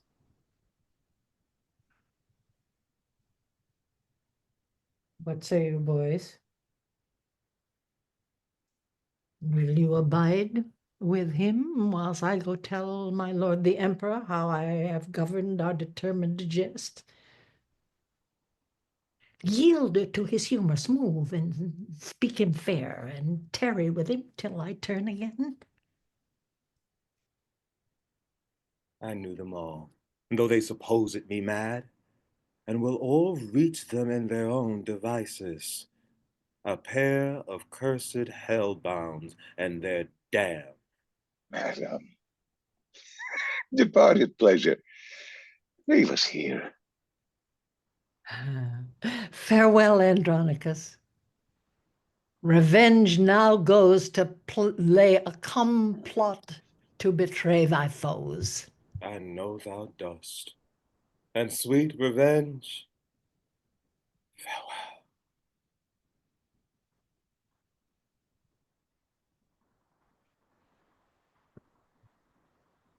Excellent. It's already very clear. Oh my God. You know, Tony, listening to that, I would totally move that aside Yeah. where you I think said so. it could really Yeah. fit right there at the end on Yeah, Tamora's. like I said, this is where it's hard to, talk about the text away from the from the staging of it, because that conference, when they're going, Tamora's going yes, no, and the two boys, that could be going on during Timon's aside, you see, and that could work as Absolutely. well. Uh-huh. Whereas in this way, you can't do it because something has to be going on because it's an aside. Clearly, they're doing something. Someone's at my door. Give me 1 second. Sure. Yeah, no problem. It was funny. Julie Taymor was talking about this, and she said, there's a pearl within this oyster. It's not a perfect play. That it's a play that is meant to be performed. So, Yes. she was making excuses for cutting, for moving some things around. I think that there is some room for that. But listening to this scene, I wouldn't take a No. line out of it. I really, there's a balance in the language. This is a really well constructed scene. Yeah. I even noticed this time that, Tamara has this beautiful speech where she's in the beginning on sort of line 29, I believe, um, uh, where she says, "There's not a hollow cave or lurking place, no vast obscurity or misty veil." She's really going.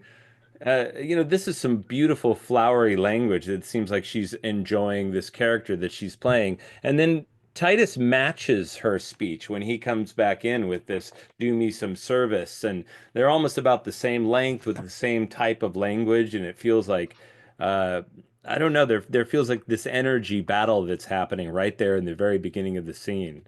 That I really noticed. I wrote it down. Um, I thought it was beautiful. What one thing that was sticking out to me and Miranda is that where Titus goes on and he's saying, "Witness all of these things. Yeah. Witness the Hmm. stump. Witness these trenches made by grief. Witness, he's trying for something there, and I'm not sure what it is yet. But I thought we could talk about that section a little bit. Uh, Hmm. what is Titus trying to do there, Jamal? What do you think of that section? Do you want to read just that little section for us once? I am Yeah, not mad. absolutely. I am Thank not you. mad. I know thee well enough. Witness this wretched stump. Witness these crimson lines. Witness these trenches made by grief and care. Witness the tiring day and heavy night. Witness all sorrow that I know thee well for our proud empress, mighty Tamora. It's not thy coming from my other hand. So reading it that time, it's like, I know who you are because look at all these things you have created. See, this all dresses up that it's you. The Is it game not? hasn't started yet. Yeah, this is interesting. He doesn't know what the game is going to be. Yeah, yeah. So he's like, see you, see you, see you, see you. I don't know. I don't know if I would say he doesn't know what the game is going to be yet. I mean, of course he doesn't, but like I feel like I do. Like he knows. He knows. Like Tony said, he's not mad, and so he's saying, look at all this. How can I not know that this is you? It's clear as day, homie. Yeah, and I really love My how body can't forget you. You could be walking down the street. I'm gonna feel you down the block. it's cool how Tamara says no, thou sad man, but it's KNOW. A lot of times I wish the audience of the working actor's journey could see the script in front of them as Right. well, so they could see what's going on. But that's cool because we hear no, but Hmm. it's a little more to that, and I I love those little moments that Shakespeare gives us. And there's more in that for Tamara, actually, I think, because she is literally revenge. She's like, no, this is not who I am. This is my revenge, is a way that Yeah. that can be perceived as well. And it's like we're so much more than the darkest parts of ourselves. And we forget that all these characters are still mothers and children of someone else, and then also fighting wars and then lovers of someone else. And so that line is what it says. I am not Tamara.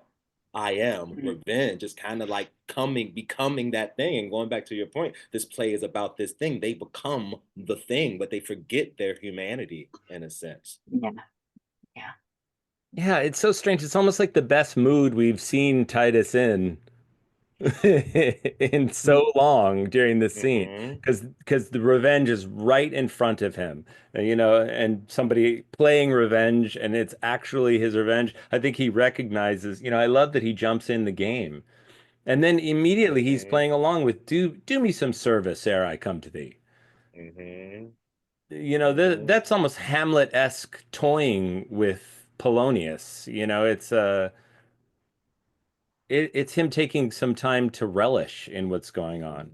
What do you think, Mm-hmm. Tony, about that section? Yeah, I think, uh, I am not mad. This wretched stumps bears witness that I am not mad. If you were to paraphrase, these crimson lines remind me I am not mad. These trenches, these wrinkles made my grief remind me I'm not mad. I'm aware. The timing of the day remind me I am not mad.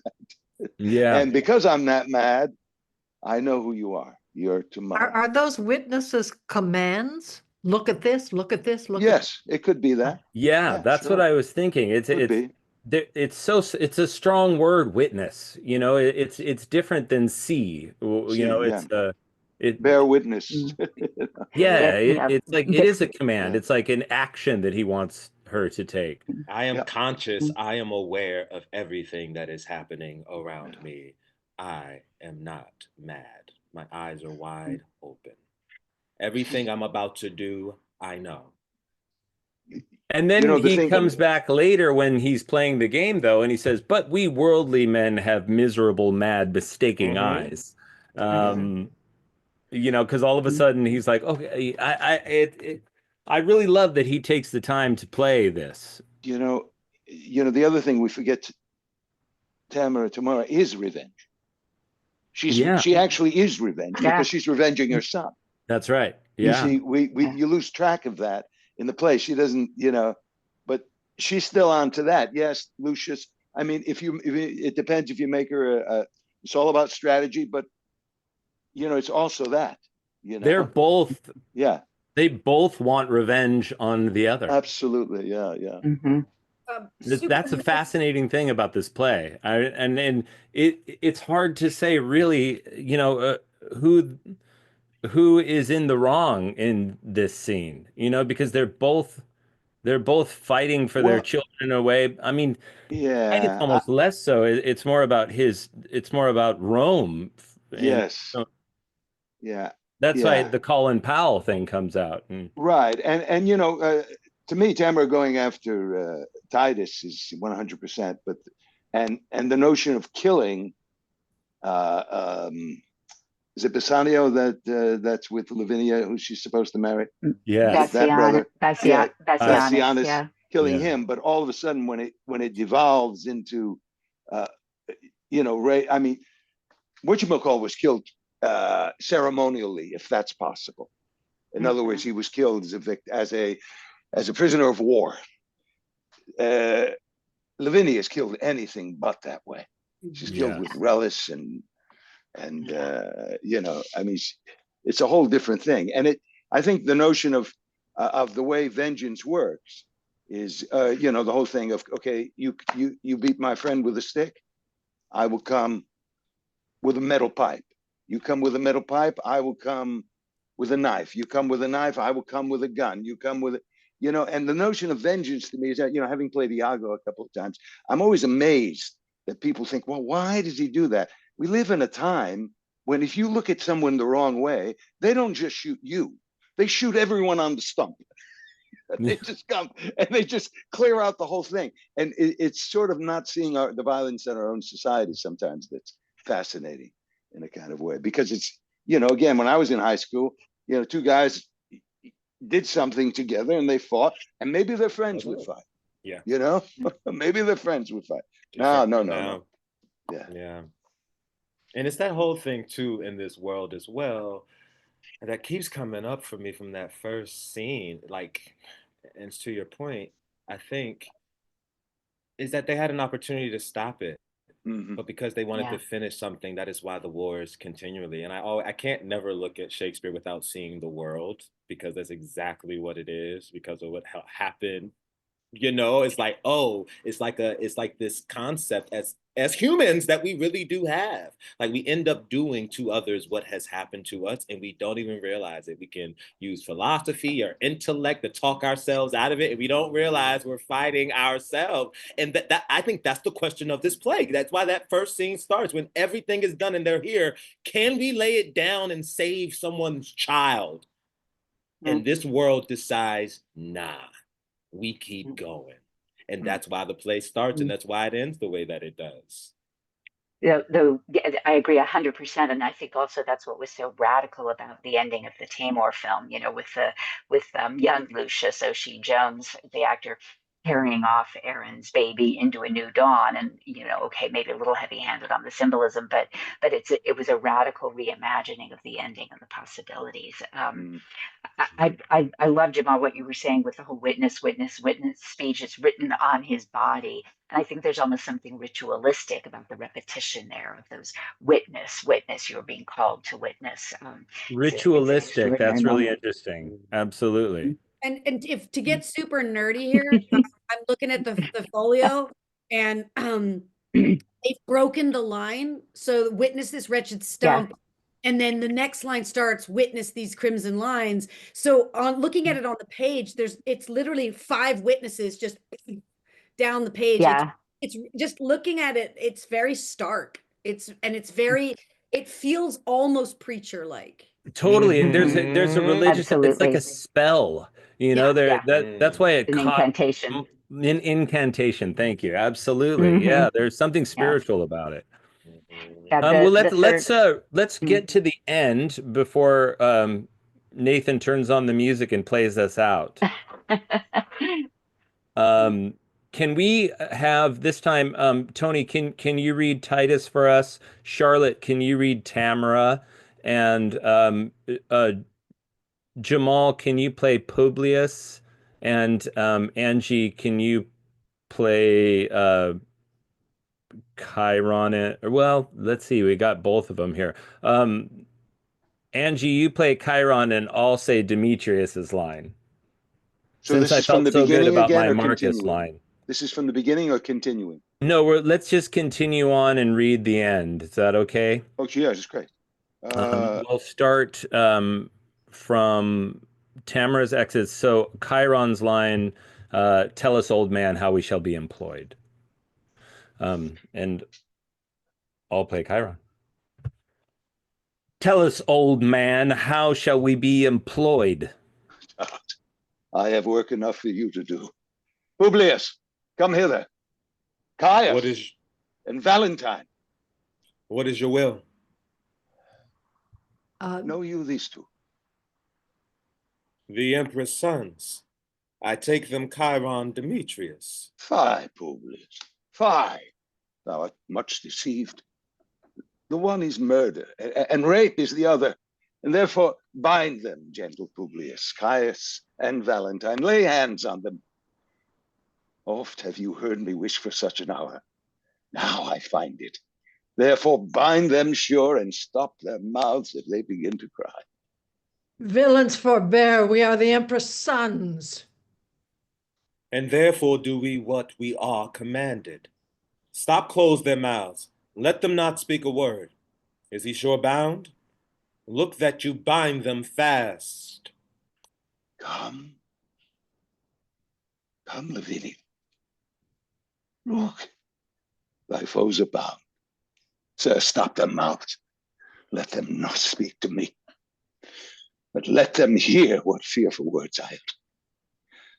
Oh, villains, Chiron and Demetrius, here stands the spring whom you have stained with mud, this goodly summer with your winter mixed. You killed her husband, and for that vile fault, 2 of her brothers were condemned to death. My hand cut off and made a merry jest. Both her sweet hands, her tongue, and that more dear than hands or tongue. Her spotless chastity. Inhuman traitors, you constrained and forced. What would you say if I should let you speak? Villains, for shame you could not beg for grace. Hark, wretches, how I mean to martyr you. This one hand yet is left to cut your throats, whilst that Lavinia 'tween her stumps doth hold the basin that receives your guilty blood. You know your mother means to feast with me, and calls herself revenge, and thinks me mad. Hark, villain, I will grind your bones to dust, and with your blood and it I'll make a paste, and of the paste a coffin I will rear, and make 2 pasties of your shameful heads, and bid that strumpet, your unhallowed dam, like to the earth, swallow her own increase. This is the feast that I have bid her to, and this the banquet she shall surfeit on. For worse than Philomel you used my daughter, and worse than Procne I will be revenged. And now prepare your throats. Lavinia, come, receive the blood.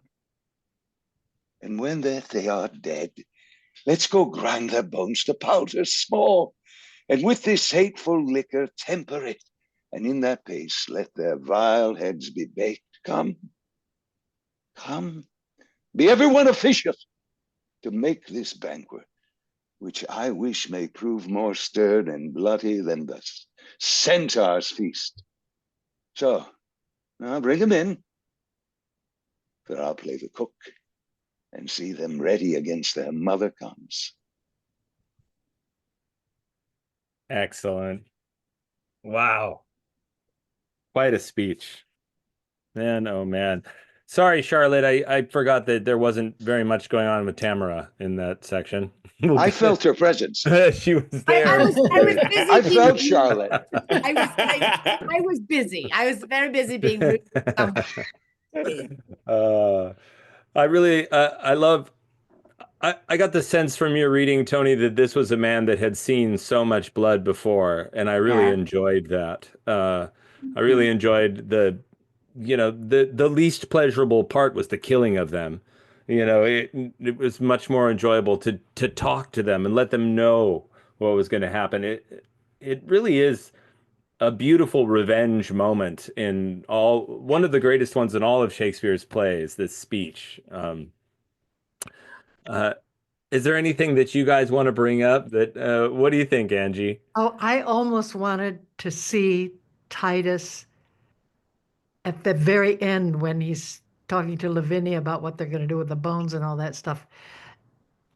Do it as though he were like 7 years old or 10 years old, and the two of them are going to play a great game. Yeah.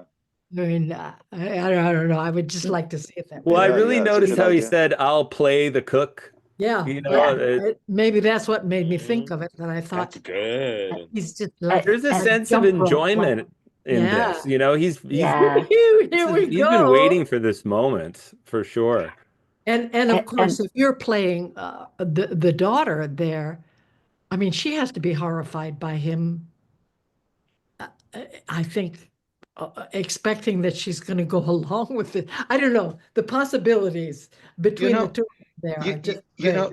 It's very interesting with Lavinia because I was just glancing at the play today. She's rather nasty to Tamora early in the play. Really nasty to her. And we sort of put her in this box of being just as innocent. And frankly, that is the road well traveled in some ways. And it makes sense in our modern sensibility, but there's something about her needing this too. And then perhaps in the next scene, she's repelled, when Tamora's eating, because I think there's because I thought, oh, wow, she's not this sort of, she really says some nasty stuff to Tamora in that scene. Yeah. The possibilities of that. Of that are just great. I love that he keeps bringing her, and I love how your choice on Lavinia come. Yeah, there was a glee. Come on, there was a glee. There was this beautiful. That was really, really remarkable listening to all of you work on that today. We're going to look at some scansion and the verse and break that down a little bit next time. And I'm looking forward to that for sure. Hi, Nathan. Hey, yeah, this was wonderful. I again, being new to the play, and it sounds like I'm in good company there. Just hearing all the conversations around, possible code and things like, just the loyalty, all of that stuff was great. And just even though, maybe at times it feels like the language is very clear or the verse might be just all the possibilities that you guys are talking about. It's like, well, what if this is going on, or what if we play this, or what if we try this? It's just really fun to hear that that it. And this is my, one of my joys about this is that even, coming into a scene, you think you might know what's going on, but there's so much you can do with it, and it's just really up to the group of like, what do we want to try here? What do we want to play? Even Angie, as you were saying in those closing moments of, maybe there's a childlike quality there, and just something to explore. So, no, this is great. Nick, Tony, Angie, Miranda, Jamal, Charlotte, thank you all so much for a great first session. This was great. So glad you could all be a part of it. I'm glad you Thank could you. stay, Miranda. Yes. Yeah. Yeah, Yes. thank you. Yeah, Glad you could thanks. stay. So Yeah. And wonderful. thank you all very much. I'm really excited for next week. Yeah, so we'll just take a look at it again, and then we're going to really, go through the verse a little bit, take a look at all that stuff, and we'll talk about the poetry next week. Excellent. Great. Beautiful. Wonderful. Take care, Thanks you very all. much, Be good to everybody. you Have and a great those night. next Have a week. good week. Thank you so much, Bye. everybody.